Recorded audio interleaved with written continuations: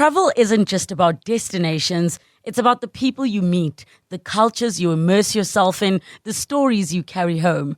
I'm Relebogile Mabocha, and on my travel feature, I take you on a journey beyond the guidebook. Each week, I connect with fellow travelers, insiders, and storytellers to bring you the heart of every place. Whether it's a hidden gem right here in South Africa or a dream destination abroad. Join me as we travel through conversations, memories, and inspiration. Listen wherever you get your podcasts. Across the Desk with Clement Manyathela on 702. So today on our Across the Desk feature, I'm hosting people who have experienced near-death experiences. You know, when doctors say to people when they're in ICU or someone has just had a severe accident and they say, you were gone for a bit, like they declared you clinically dead for a moment. And it's actually a miracle that you're back. And some people come back with fascinating stories of what they've experienced during the time when they were gone. And those are the stories that I want to bring to you today. And as I've been telling you over the last couple of months, there's a book that I started reading a couple of months ago, The Other Side by Sarah Bullen.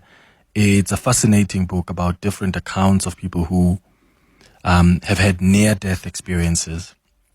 And during the time when they were clinically declared dead, and some were stuck in a coma for so long. It's so fascinating.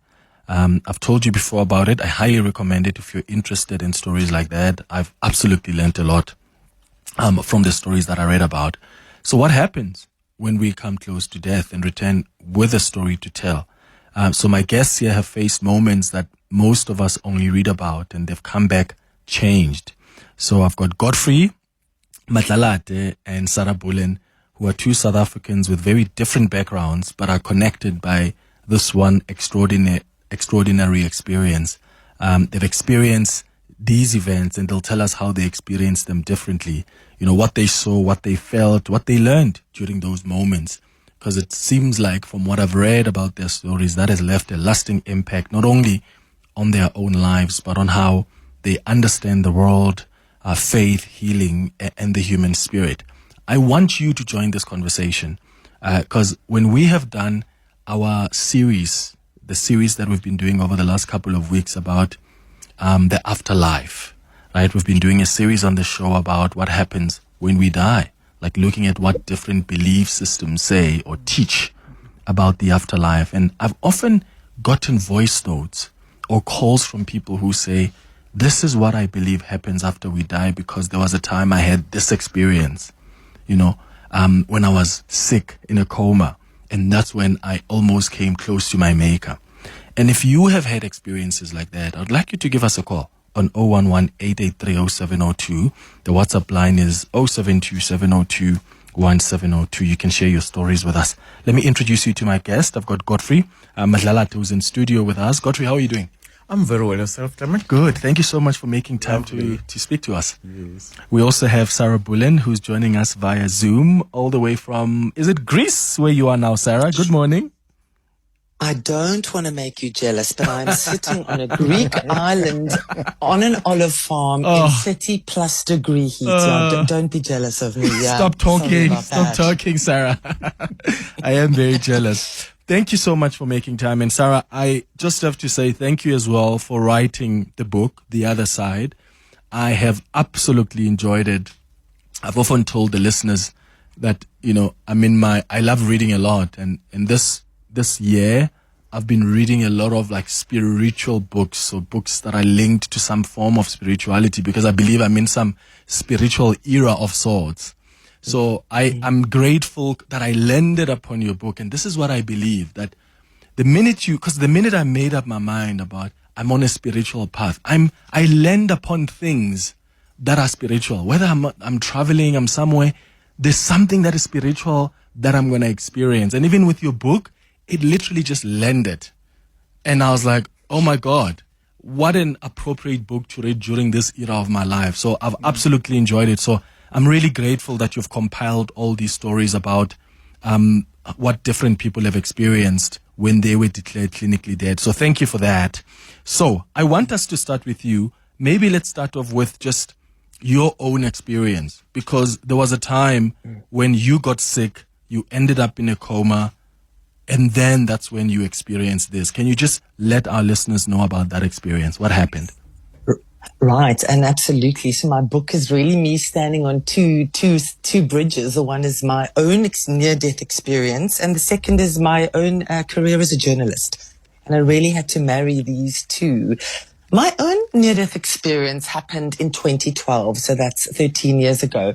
I was 36 years old. I was an author already. I was running writing retreats. I was a literary agent. I was a magazine publisher. I'd had a very bad 4 years. And the reason I'd had a really bad 4 years was my husband had been dying of brain cancer. Yeah. For 4 years. And I didn't quite realize that I was immune system, I was vulnerable, I was exhausted, and I got a chest cold. I was a group editor of 10 magazines, and I got a little tickle in my throat. I got a chest cold. I got a sore throat. I messaged my publishing company. I said, I'll be back at work on Monday. Courier my laptop to my house, because in those days, we had to leave our computers at work. And I wasn't back at work on Monday. In fact, within 24 hours, I was in ICU, and I was wheeled in to the ICU unit. I was put on life support, and I was diagnosed with something undiagnosed, potentially double pneumonia. It was termed a bilateral lung blackout. And for the next 3.5 weeks, almost 4 weeks, I was in a coma on life support, fighting for my life. And at the same time, my husband was dying in his very last month of his life of brain cancer. Yeah. So while, Clement, while my body was lying on the bed in Constantiaberg in Cape Town, I had absolutely no awareness of that, because I had entered a very extended near-death experience. And for those of you who don't know, and we'll talk a lot about later, what is this near-death experience? Yeah. But what I knew was I was no longer in my body on the bed. In fact, I had no awareness that there was a body on the bed. In the book, I detail so many phases, because being in a coma for almost a month, when I went through deep transitions into what I call spirit worlds and other worlds. And initially, I was just in the hospital. So I was hanging around in the hospital on the ceilings, moving around, a deep sense of unease, a deep sense of being trapped, and a complete non-awareness of the sick person, the body lying on the bed with intubated. Over time, I left the hospital, and I moved into what I call stage 2, in which was this being, this soul, this thing that was me, was still in the earth. So when I say on the earth, it was recognizable. There was horizons, there was sky, there was clouds, there was land. And I spent quite some time there. Are you floating during this time? Floating and floating around with no concept. So I wasn't a person. I had no idea of my name.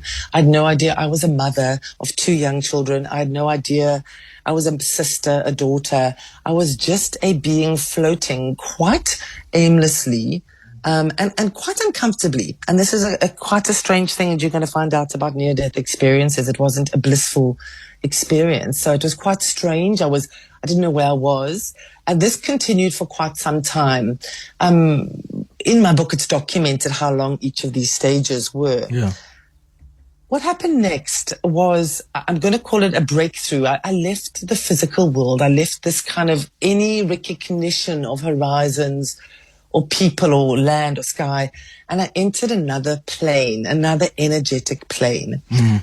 And this plane had beings in it. I didn't ever see them, but I heard and I knew there was awareness of a beautiful tribe of women. There was song and there was singing and there was love and there was music. And I had this very strong awareness that this plane I was in, I was there to say goodbye to my husband. So despite the fact I didn't know my name, I had no idea I was on a bed in hospital, I had no concept or consciousness above the moment. Yeah. I knew I was there to say goodbye to this person. And that was, I call that, I think, stage 3 of the near-death experience. And that was quite a blissful, beautiful place. But I moved on. I moved on from that. And then what happened was I started to just move further away from what we call anything recognizable. If I had to put words to it, which I do in the book, I say I moved into the deep universe, into the open, vast, endless universe where there was awareness within me that I was one with all of it. I was a light being, and that there were other beings of light around me. There were vast distances between anything I knew or any familiarity. And it's there that I've really felt myself drifting just further and further away into this huge source energy of infinite universe. Yeah. I didn't see, Clement, I'm going to be specific, I did not see God. I did not see angels. No, I did not. I did not have a beloved, familiar face come and walk me over the line. Yeah. I didn't have any of that. And that disturbed me for a long time after this experience. Yeah. So, and it's there I stayed for a very long time. I was there. I was drifting. I was contented. I was, and yet there was this tiny little spark of awareness that I wasn't quite meant to be there. And it wasn't until, and really at the time, and in the medical world, the doctors they were making wills. They were saying, she's dying, he's dying. What are we going to do with the children? They were calling my family in.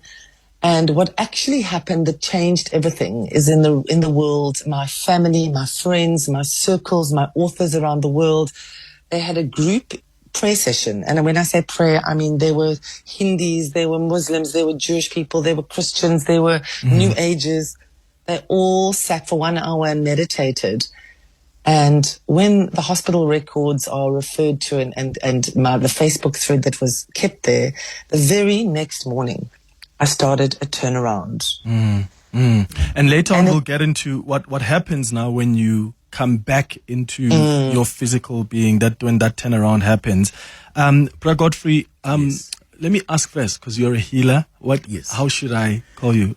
I think we're going to... What should I call you? We're going to shuttle between Godfrey Madlalate for the sake of identity. Okay. As well as I'm officially in my Mpande. I'm called Gogo Makepula. Gogo Makepula. Okay. Yes. I want to make sure that I call it correctly. Let's talk about your story now as well. Yes. Just briefly, and people can read more about what happened, because you were a guy who's in corporate, and then you start getting sick, and then you have this experience. What do you recall happened? Yes. I will just give a brief background before I zoom into the near-death experience. And in my case, I actually had 2 near-death experiences, which one happened in Feb 2000 and the other happened in November 2000. Yeah. So I left corporate around March 2000, reason being I'd only been in corporate for 8 years after varsity. But every day I spent in the workplace after 1996, 97, I was getting much more sicker by the day. Developed massive lethargy. Was diagnosed with clinical depression in 1998. Attended 2 years of psychotherapy with a therapist somewhere in Houghton. And my employers were worried about me because I was a top performer, and they even visited my therapist to find out if I had a future in corporate and in the workplace, at which time she did assure them.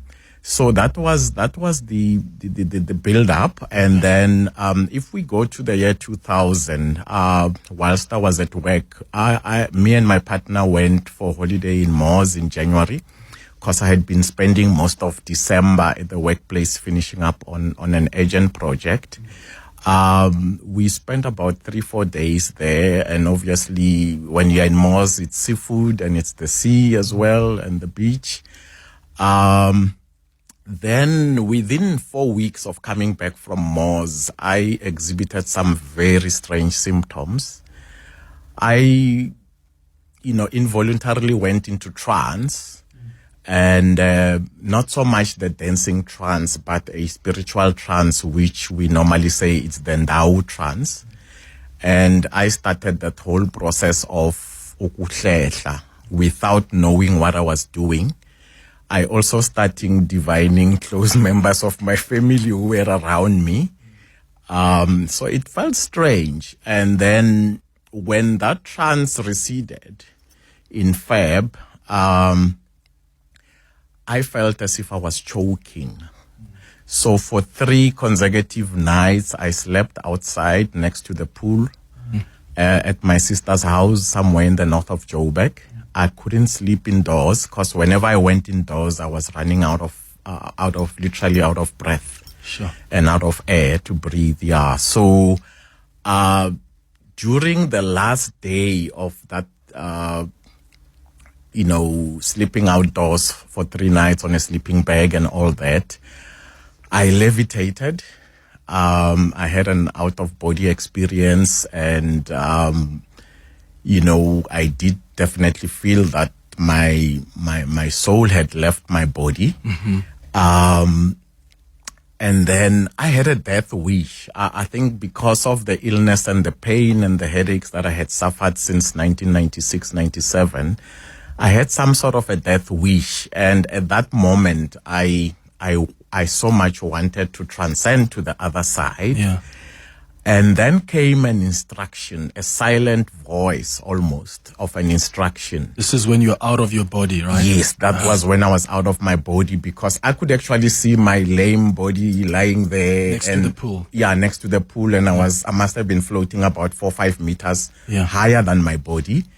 And then came a set of specific instructions. And I think because I had a watch, this happened over about 2 hours. I was given so many instructions about my future, about my life.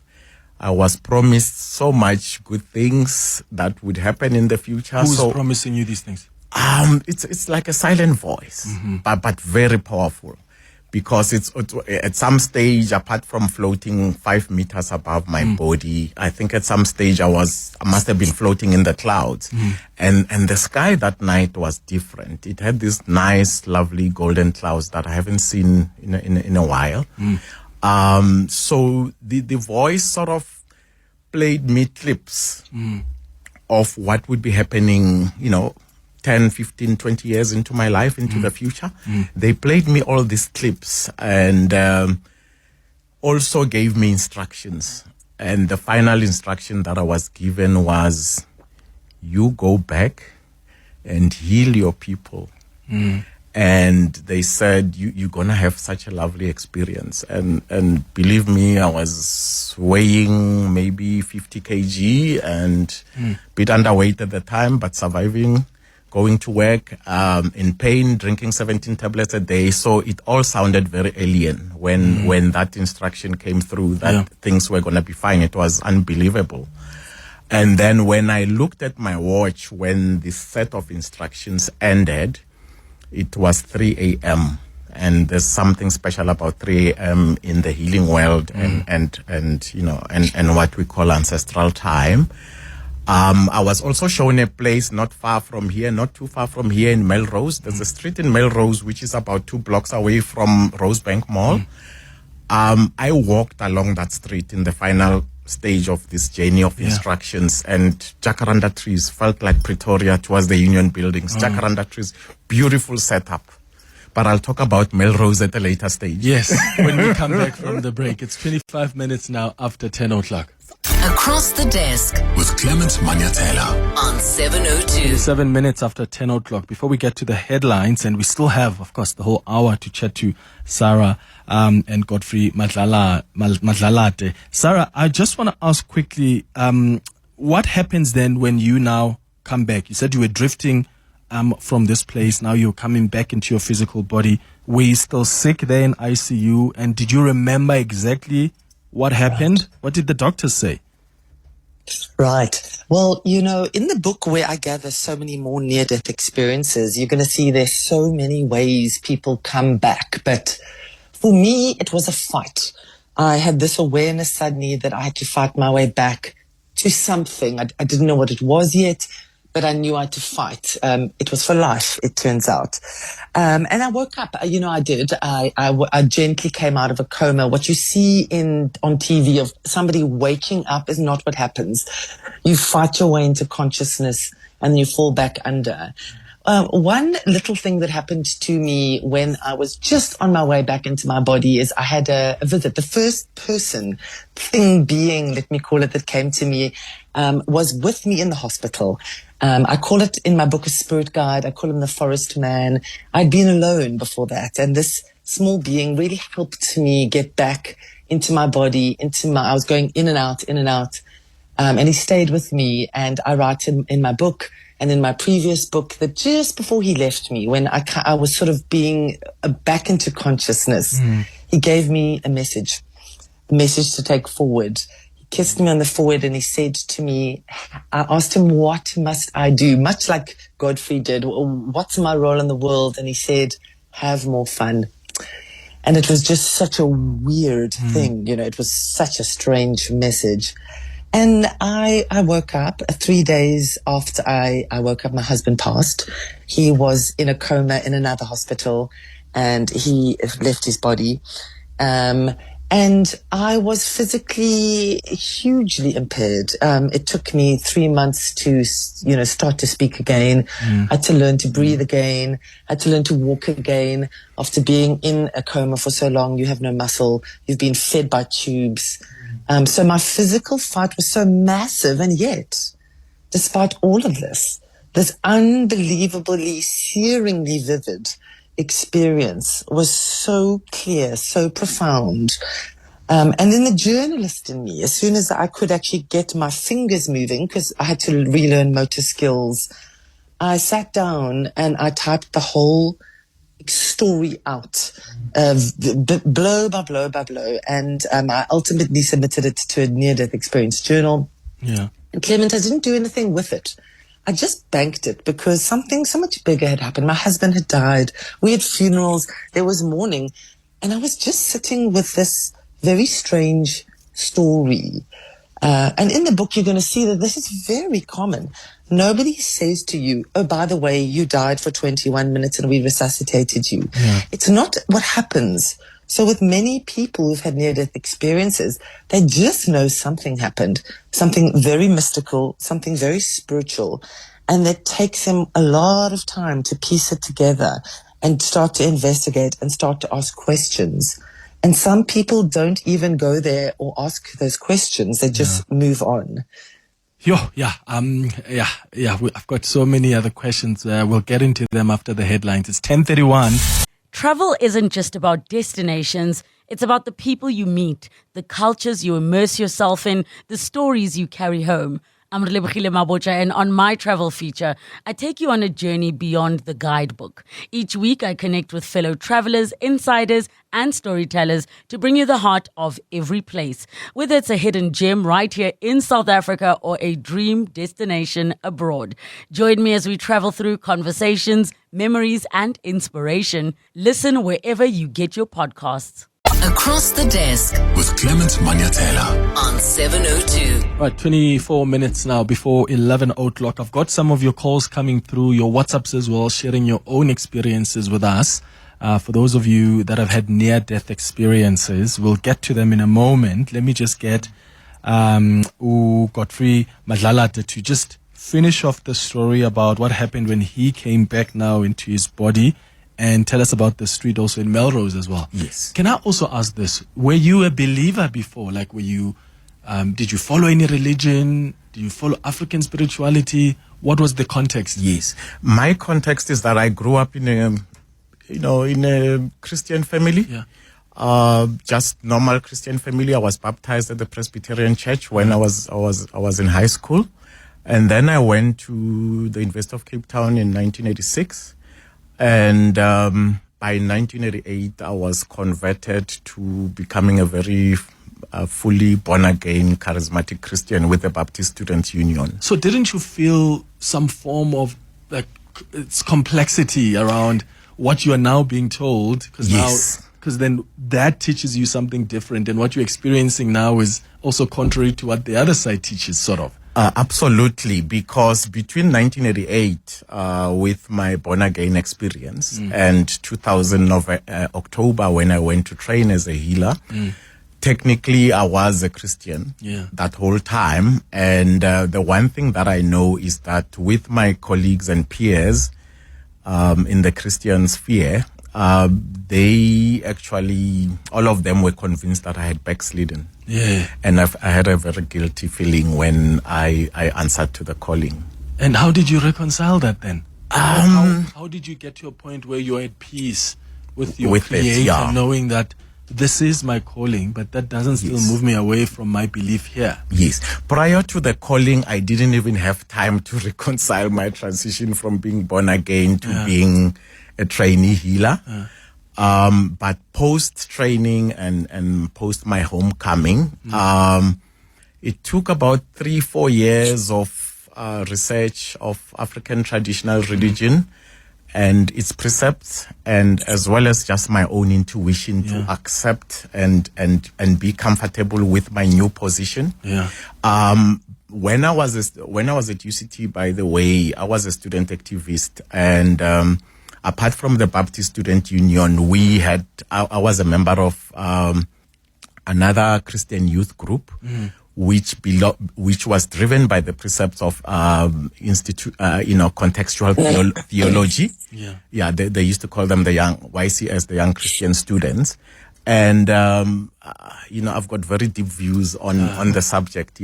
So just quickly then on Melrose, before I go to the calls. You were shown the street in Melrose. Yes. What was the symbolism there? What was the meaning? I was shown a street in Melrose, and as I said, with all the clips that came through, the street in Melrose was going to be part of my future life path, and it was going to provide a lot of answers. And I just got goosebumps now, 2 seconds ago, because it actually also relates to 702. So my homecoming because I spent almost a year in Rustenburg training. So my homecoming was August 2001. So that was my homecoming. Then I started working independently, practicing as a traditional health practitioner, traditional healer, basically. Within a year, 1 or 2 of my close spiritual connections made an appointment for me with a lady called Rosa, who's a clairvoyant, who used to be on 702 before your days. I think it was back in the days of John Bex and John Robbie and those people. Yes. So Rosa was an elderly lady who was a clairvoyant, and I think she used to have a slot on 702, if I remember. So incidentally, with my friend Mudiye from the Free State, she gave me contacts for Rosa, and I made an appointment. So I went to have a reading with Rosa in early 2002 after my return from training school. And, I was using public transport. So I alighted from Rosebank Mall. And then as I was looking for the address on the GPS, bang, there's road. This road. Yeah, and it must have been 11 in the morning, but it was such a magical experience. And Rosa then, being a clairvoyant and being a spiritual worker that she connected me to my late granny, to my dad. She then also replayed a scene of my birth, because I was born at home in Mofulo in my mom's bedroom. My mom didn't have to go to Bara those days. I was born at home. So she replayed all those scenes, and I think at some stage we had such a massive influx of energy between me and Rosa. I got quite dizzy during that reading. Sure. That's fascinating. Let's go to some calls now. Rashid, you calling us from Johannesburg. Good morning. Good morning. Hi, Rashid. Go ahead. Have you had an experience like this before? Hi. I was just listening to Sarah Bullen, your interview with her, and it was actually like it was a surreal experience, because what she was speaking about was exactly what I went through, just a lot more and a lot more intense. I was in a coma for 4 months. 2021, went in at January 2021. got admitted to hospital because of severe COVID, pneumonia, double pneumonia. I was on a ventilator, was on ECMO machines, life support for that 4 months duration. Yeah. In that 4 months, condition just deteriorated, and I was, but when she spoke about floating around the hospital, being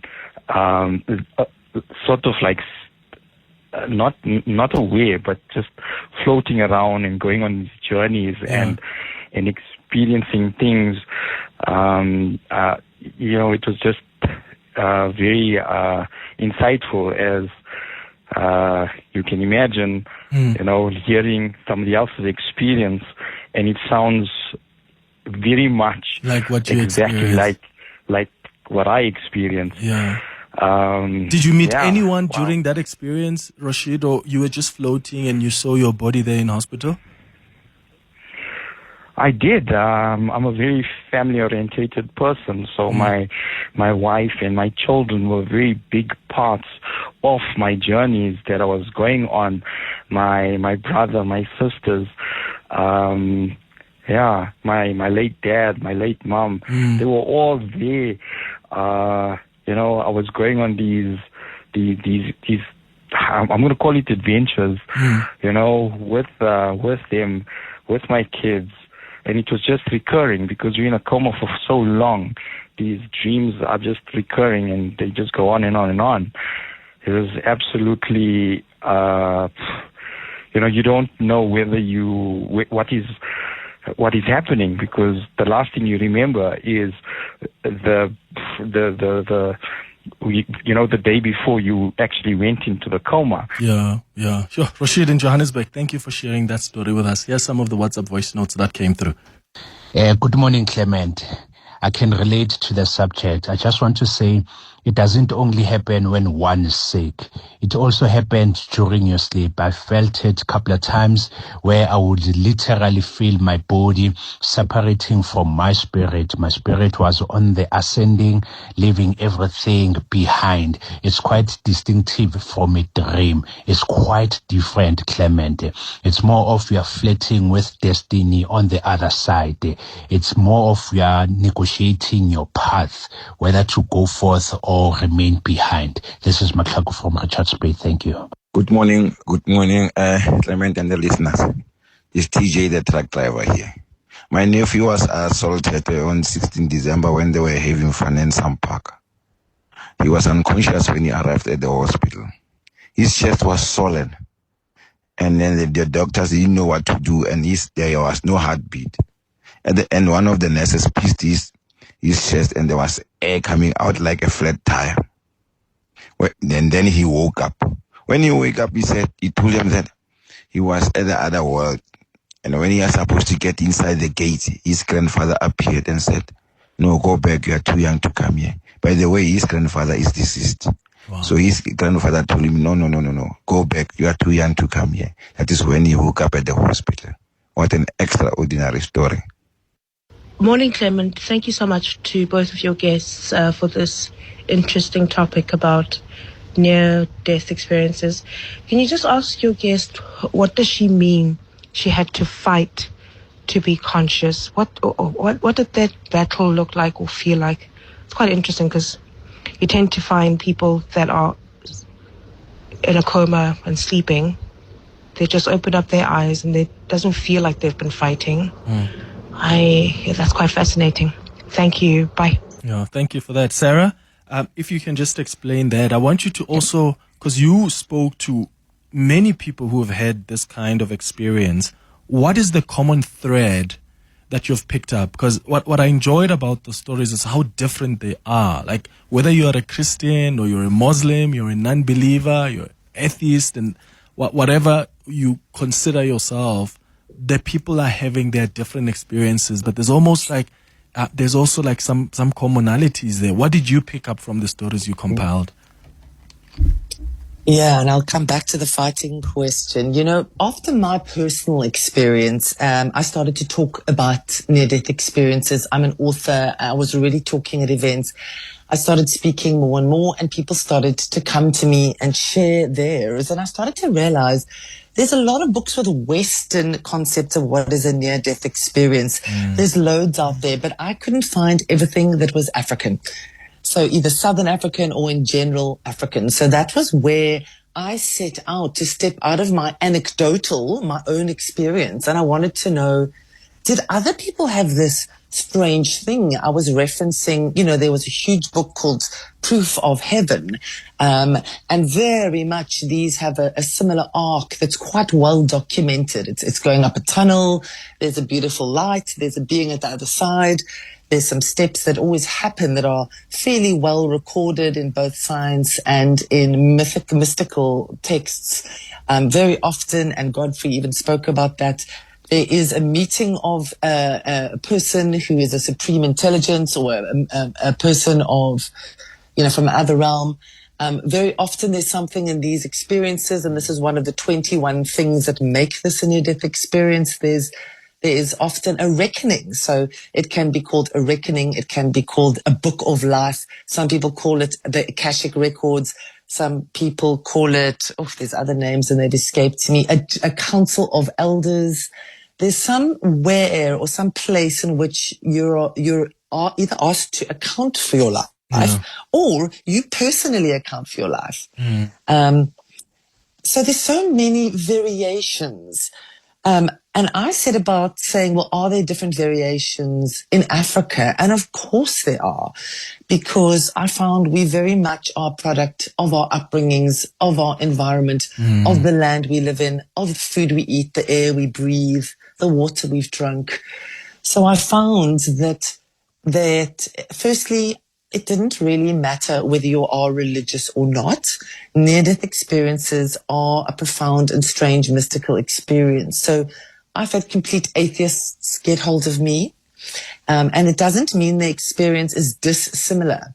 There's Christians, there's a Kabbalic rabbi who's crossed over, there's traditional indigenous people, and the stories differ, but the feeling is very similar. And the feeling is very much often that there's some awareness that we are connected. Okay. Yeah, and quickly, that response to the fighting back, what did you mean by that? I'm going to use the word fighting because it's so hard to translate mystical things or spiritual things. For me, it was literally a physical fight. I almost had visions of ancient dragons and epic quests and battles and swords. It was my brain's way of giving me images to interpret this kind of fight back to life. And that's also how I see the different images we get when we have these near-death experiences. Our brain can only process things in particular ways, which is what science will tell us about this very well-studied field called near-death experience. Yeah. 10 minutes now before 11. Travel isn't just about destinations. It's about the people you meet, the cultures you immerse yourself in, the stories you carry home.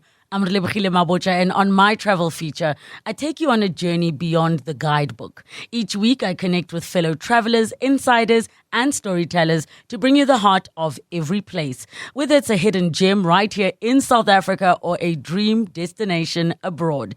Join me as we travel through conversations, memories, and inspiration. Listen wherever you get your podcasts.